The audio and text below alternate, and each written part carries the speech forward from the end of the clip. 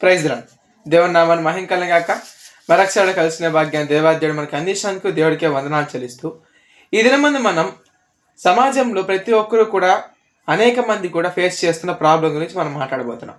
ఎవరైతే కూడా మంచి చెప్తూ ఉంటారో, ఎవరైతే మంచిని స్ప్రెడ్ చేస్తూ ఉంటారో, లేకపోతే ఇతరుల్లోని తప్పుల్ని ఎవరైతే ఎత్తి చూపిస్తూ ఉంటారో వాళ్ళే అందరికన్నా ఎక్కువ బాధపడుతూ ఉంటారు. హల్లెలూయా. బైబిల్ గ్రంథంలో కూడా దేవుడు తన సేవకులను, తన శిష్యులను అనేక మంది ఎదుగు పంపిస్తే ఏమంటాడంటే, మీరు నా నిమిత్తమై నిందలు పడాల్సిన సమయం వస్తుంది. ఎందుకంటే దేవుని వాక్యం అందరిలోని తప్పులను ఎత్తి చూపిస్తుంది. సరిదిద్దుకోవడానికి అద్దం వలె వాళ్ళ సమస్యలను, వాళ్ళ తప్పులను చూపిస్తుంది. కాబట్టి వాళ్ళు దేవుని సేవకులను నిందిస్తారని దేవుడు ముందే చెప్పాడు.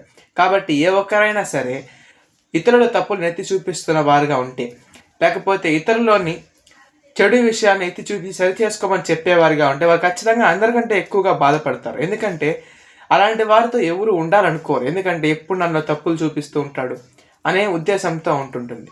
కాబట్టి ప్రతి ఒక్కరూ కూడా, అలాగే వాక్యం కూడా ఉంటుంది సామెతల గ్రంథంలో, నిజమైన స్నేహితుడు తప్పులు ఎత్తి చూపించును, పగవాడు లెక్కలేనని ముద్దులు పెట్టును అని. కాబట్టి మీతో పాటు ఉంటున్న వారి తప్పులు ఏమైనా ఉంటే వాళ్ళకి చెప్పుదాం. ఎందుకంటే వాళ్ళు మనల్ని వదిలేస్తారని కాకుండా వాళ్ళు బాగుపడతారని.